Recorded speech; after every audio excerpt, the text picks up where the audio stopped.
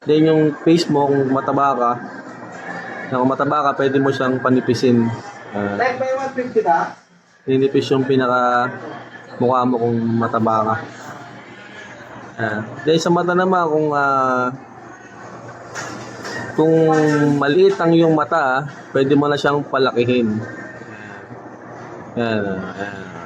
Tama siya. Ayan.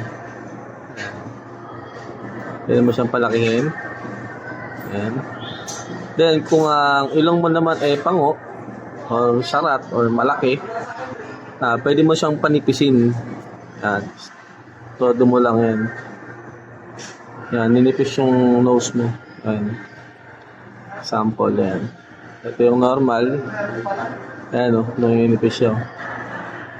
Ayan, di ba? Di ba? Laki ng pinabi ko dyan. Okay, shot natin.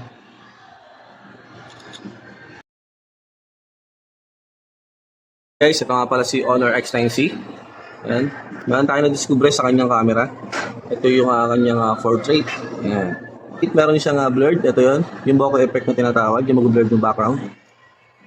Ayan. Nag-blurred na yung pinaka-background niya. Then, meron siyang beautification. Ito.